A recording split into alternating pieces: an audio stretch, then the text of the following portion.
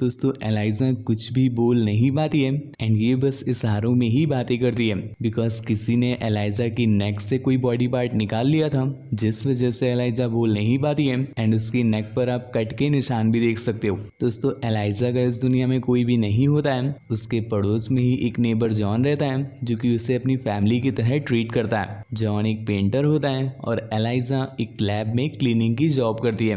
यहाँ पर उसकी सिर्फ एक ही फ्रेंड होती है जिसका नाम एमा होता है एंड यही दो लोग होते हैं इस पूरी दुनिया में एलाइजा के लिए। बाकी पूरी लैब में कोई भी एलाइजा को पसंद नहीं करता है, वो लोग उसे एज अ स्टूपिड ट्रीट करते थे एंड बहुत ज्यादा परेशान करते थे। तो एलाइजा उनमें से किसी से भी बात नहीं करती थी। तो एक दिन एलाइजा जब लैब में आई हुई होती है तभी एक ऑफिसर आता है एंड वो वहाँ पर सभी को बताता है कि हमारी लैब में एक बहुत ही प्रीशियस चीज आने वाली है एंड ये चीज इतनी ज्यादा अनमोल है कि हमारी लैब में आज से पहले इतनी ज्यादा प्रीशियस चीज कभी नहीं आई है। तो इसके कुछ ही देर बाद एक टीम आ जाती है और वो अपने साथ एक वाटर टैंक लाती है। दोस्तों दिखने में तो ये एक नॉर्मल वाटर टैंक होता है, पर जब एलाइजा उसके पास जाती है तो उसके अंदर से कोई चीज आवाज करने लगती है एंड उस पानी में मूवमेंट भी स्टार्ट हो जाती है। इतने में ही सभी लोग उस टैंक को उठा करके एक सेफ जगह पर रख देते हैं एंड एलाइजा को वहां से बाहर कर देते हैं। एलाइजा उस टैंक के बारे में जानने के लिए बहुत ज्यादा क्यूरियस होती है एंड अगले दिन जब वो अपना क्लीनिंग का काम कर रही होती है तो उसे टैंक वाले रूम से कुछ आवाजें सुनाई देती हैं और इसके बाद वो देखते हैं एक पर्सन को।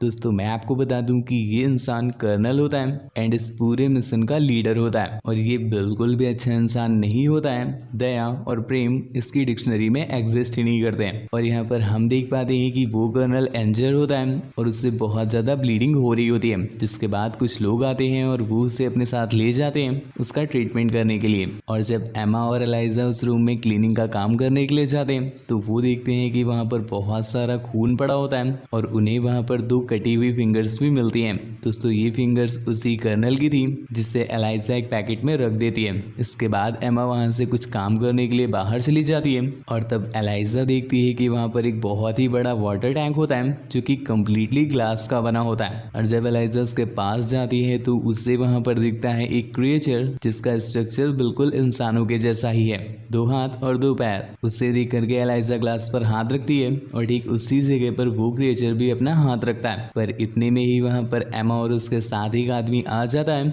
उन्हें देख करके वो क्रिएचर डर जाता है और वहाँ से चला जाता है। तो इसके बाद एलाइजा भी वहाँ से चली जाती है, पर अब उसकी क्यूरियोसिटी और भी ज्यादा बढ़ गई होती है। तो अगले दिन लंच टाइम पर वो फिर से उसी जगह पर आकर बैठ जाती है एंड इस बार वो एक एग भी अपने साथ लाई हुई होती है। वो उस एग पर एक स्पून मारती है जिसकी आवाज सुन करके वो क्रिएचर भी वहाँ पर आ जाता है। एलाइजा उस एग की स्किन रिमूव कर देती है और उसे वो एग ऑफर कर दिए, पर क्रिएचर उससे एग नहीं लेता है बिकॉज वो उससे डर रहा होता है। तो एलाइजा उस एग को उस पूल की वॉल पर रख करके वहाँ से दूर हट जाती है और क्रिएचर वहाँ पर आकर के उस एग को ले लेता है और वापस पानी में चला जाता है। और इसके बाद एलाइजा भी वहाँ से चली जाती है। पर अगले दिन कर्नल एलाइजा और एमा को अपने ऑफिस बुलाता है एंड उन्हें समझाता है कि तुम दोनों का काम बस वहाँ पर क्लीनिंग करने का है, तो बस वहाँ पर क्लीनिंग करके तुरंत वापस आ जाया करो बिकॉज वो जगह सेफ नहीं है। वहाँ का जो क्रिएचर है वो डेंजरस हो सकता है और तुम्हें भी हार्म पहुंचा सकता है। पर एलाइजा उसकी बात को नहीं मानती है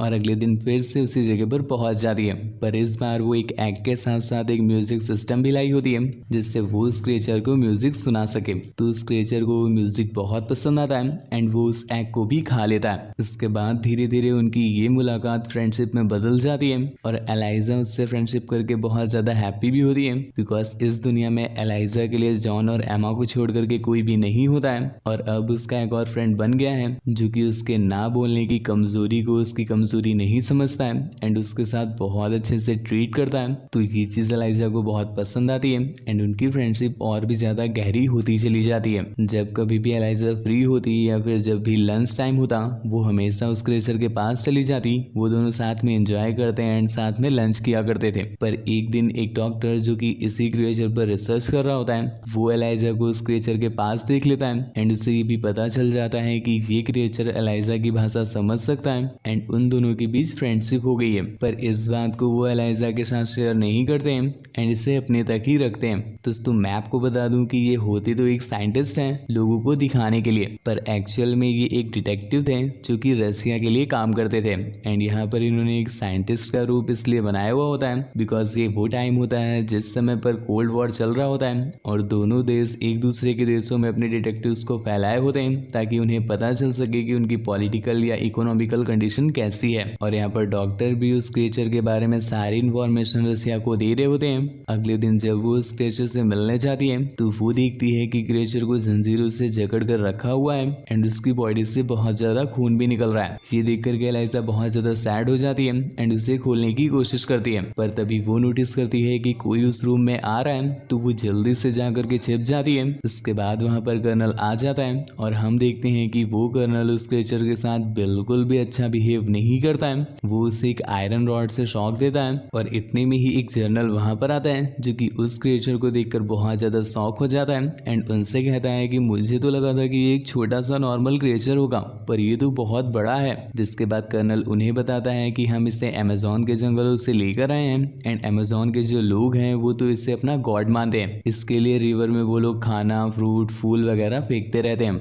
और उन्हें ये भी बताता है कि हमें इस क्रिएचर को मारना होगा अगर हम इसकी ऑटोप्सी करना चाहते हैं तो, बिकॉज बिना इससे मारे हम इस पर कोई भी रिसर्च नहीं कर सकते। पर इतने में ही वो डॉक्टर बोलता है कि नहीं, हमें इसे नहीं मारना चाहिए बिकॉज ये बेजुबान है एंड इसकी क्या गलती है। दोस्तों ये चीज देख करके हमें समझ आता है कि वो डॉक्टर भले ही एक डिटेक्टिव क्यों ना हो पर वो एक काइंड हार्टेड पर्सन होता है। एंड तुम यहीं पर लिख करके ले लो, मूवी में जो भी काइंड हार्टेड होता है ना वो पक्का आगे चल के मारा जाता है। ये डॉक्टर पक्का आगे मारा जाएगा। खैर बैक टू द मूवी। जो जर्नल होता है वो डॉक्टर की बात को साफ साफ मना कर देता है एंड उसे फटकार लगाता है और उससे बोलता है कि तुम मुझे मत सिखाओ, जितना मैं बोल रहा हूँ उतना तुम करो और मुझे जल्दी से इस क्रिएचर की ऑटोप्सी करके सारे रिजल्ट बताओ। ये सारी बातें एलाइजा ने भी सुन ली होती हैं जो कि वहां पर छुपी हुई होती है और उससे बहुत दुख होता है कि वो लोग उस क्रिएचर को मारने वाले हैं। तो वो अपने घर वापस आती है और जो उसके पड़ोसी जॉन होते हैं वो उनसे बोलती है कि हमें किसी भी तरह करके उस क्रिएचर को बचाना चाहिए। पर जॉन उससे मना कर देते हैं और उसे समझाते हैं कि तुम जिन लोगों के साथ ये करने की सोच रही हो वो बहुत ज्यादा पावरफुल लोग हैं और हम उनके आगे कुछ भी नहीं है। इसके बाद जॉन वहां से चला जाता है पर जॉन भी एलाइजा की तरह बहुत ज्यादा दुखी होता है बिकॉज एलाइजा ने उससे कुछ मांगा और उसकी वो हेल्प नहीं कर पा रहा था। तो वो वापस आता है और एलाइजा से बोलता है कि ठीक है चलो हम उस क्रिएचर को बचा लेंगे,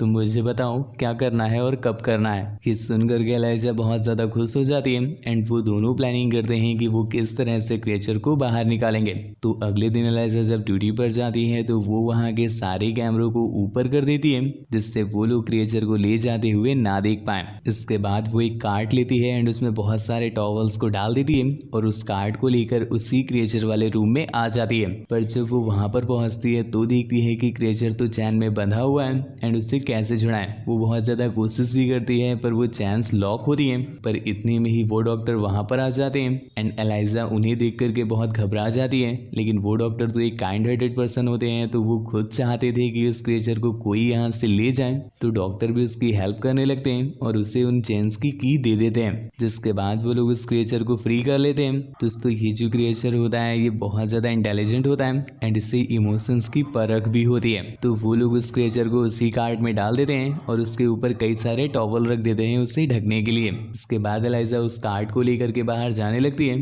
पर रास्ते में उसकी फ्रेंड एमा उससे मिल जाती है एंड वो समझ जाती है कि एलाइजा क्या कर रही है। एमा उसे स्टार्टिंग में बहुत ज्यादा रोकती है ये सब करने से पर एलाइजा के समझाने पर वो समझ जाती है और एलाइजा का साथ देने के लिए वो भी उसके साथ इस मिशन में लग जाती है। दूसरी तरफ जॉन उस लैब के अंदर आने की कोशिश करता है पर गार्ड उसे अंदर नहीं आने देता बिकॉज जो उसका कार्ड होता है वो उस गार्ड को फेक लग रहा होता है। पर यहाँ पर डॉक्टर फिर से उनकी हेल्प करते हैं और उस गार्ड को बेहोश कर देते हैं जिसके बाद फाइनली वो लोग उस क्रिएचर को बाहर ले जाने में सक्सेसफुल हो जाते हैं। दूसरी तरफ कर्नल को भी समझ आ जाता है कि कुछ तो गेट के पास गड़बड़ हो रहा है तो वो जल्दी से गेट के पास भागता है। पर जब तक वो गेट के पास पहुंच पाता है इतने में ही वो लोग उस क्रिएचर को लेकर के वहां से 9 तो 11 हो जाते हैं। इसके बाद एलाइजा उस क्रिएचर को अपने घर में रखती है और यहाँ पर वो उसे अपने बाथ टब में रखती है बिकॉज ये क्रिएचर पानी में ही सर्वाइव कर पाता है, बाहर वो ज्यादा टाइम तक सर्वाइव नहीं कर सकता। अगले दिन एलाइजा भी ड्यूटी पर चली जाती है ताकि कोई ये शक न करे कि एलाइजा ने ही उस क्रिएचर को भगाया है। दूसरी तरफ घर पर जॉन उस क्रिएचर का ख्याल रखने के लिए बैठा होता है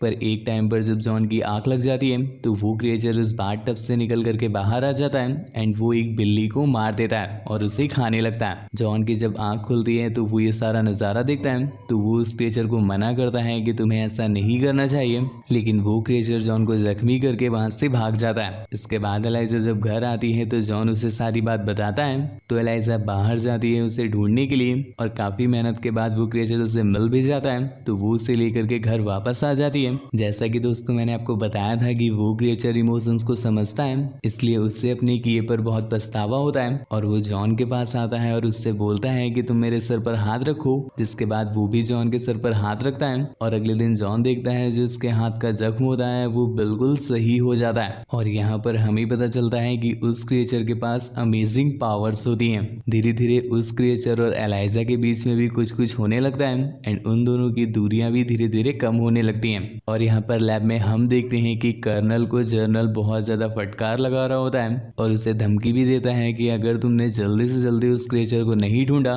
तो तुम्हारी करियर और पर्सनल लाइफ दोनों बेकार हो सकती है। यहाँ पर कर्नल को डॉक्टर पर शक होता है बिकॉज डॉक्टर ही एक ऐसा था जो नहीं चाहता था कि उस क्रिएचर को मारा जाए। तो वो डायरेक्ट डॉक्टर के घर जाता है एंड यहाँ पर वो देखता है कि डॉक्टर के पास दो लोग आए हुए होते हैं एंड वो उससे कुछ बातें कर रहे होते हैं, पर वो लोग डॉक्टर पर शूट कर देते हैं लेकिन कर्नल उन्हें शूट करके डॉक्टर को बचा लेता है। पर यहाँ पर कर्नल को समझ आ गया होता है कि वो डॉक्टर एक डिटेक्टिव है जो कि रसिया के लिए काम करता है बिकॉज डॉक्टर रसियन में बातें कर रहे होते हैं। यहाँ पर वो डॉक्टर को बहुत ज्यादा टॉर्चर करता है और उससे उस क्रिएचर का पता उगलवाने की कोशिश करता है, जिस पर डॉक्टर उससे कुछ भी नहीं बताते हैं। बहुत ज्यादा टॉर्चर करने के बाद वो उसे बस इतना ही बताते हैं कि वो एक क्लीनर है। जिसके बाद कर्नल को शक होता है एमा पर बिकॉज एलाइजा तो मासूम थी। भाई स्कूल टाइम में भी यही होता है, जो सबसे कलाकार होता है सबको वो मासूम लगता है और हम जैसे सीधे लोग जिनकी शकल भगवान ने ऐसी बनाई है कि शकल से ही कमीने लगते हैं, तो हम कुछ ना भी करें तो हम कूट दिए जाते हैं। पूरी गली में किसी की भी लड़की भाग जाए तो डायरेक्ट बोलेंगे शिवाय को ढूंढो, शिवाय को पकड़ो, शिवाय को पेलो।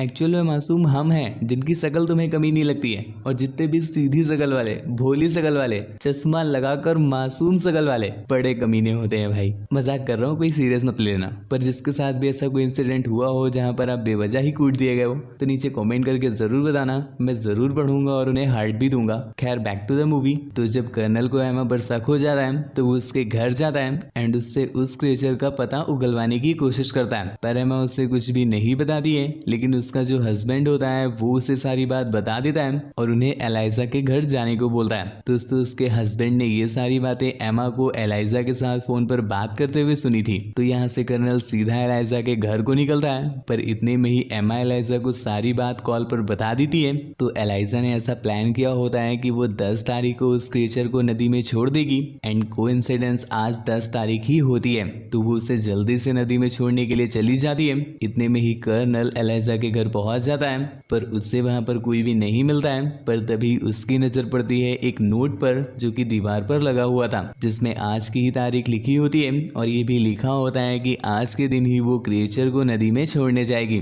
तो बिल्कुल भी देर ना करते हुए कर्नल सीधा उस नदी के पास पहुंचता है। दूसरी तरफ उस क्रिएचर की विदाई का मुहूर्त भी हो गया होता है, पर उससे अपनी बाबू को छोड़कर जाने में दुख हो रहा होता है बिकॉज अब वो दोनों काफी ज्यादा कनेक्ट हो चुके होते हैं। पर जमीन में खतरा और हवा में सांस ना ले पाने की दिक्कत होने की वजह से उसे पानी में जाना ही होता है। तो वो पानी में जाने ही वाला होता है लेकिन इतने में ही वो कर्नल वहां पर पहुंच जाता है एंड वो एलाइजा और उस क्रिएचर दोनों पर शूट कर देता है, जिसके बाद दोनों ही ऑन द स्पॉट मारे जाते हैं। पर हम क्या देखते हैं कि वो क्रिएचर दोबारा खड़ा हो जाता है एंड जब तक कर्नल दोबारा अपनी बुलेट्स लगा पाता इतने में ही वो उस कर्नल के पास आ जाता है और उससे भी मार देता है। अब एलाइजा जो कि मर चुकी थी तो क्रिएचर उससे उठाता है और उसके साथ ही पानी में जंप कर देता है। इसके बाद वो एलाइजा के गर्दन पर हाथ लगाता है एंड जो उसके कट के निशान होते हैं वो गिल्स में बदल जाते हैं, मतलब एलाइजा अब पानी में सांस ले सकती थी। और इस तरह से उनकी प्रेम कहानी नदी के पानी में स्टार्ट हो जाती है और मूवी यहीं पर एंड हो जाती है।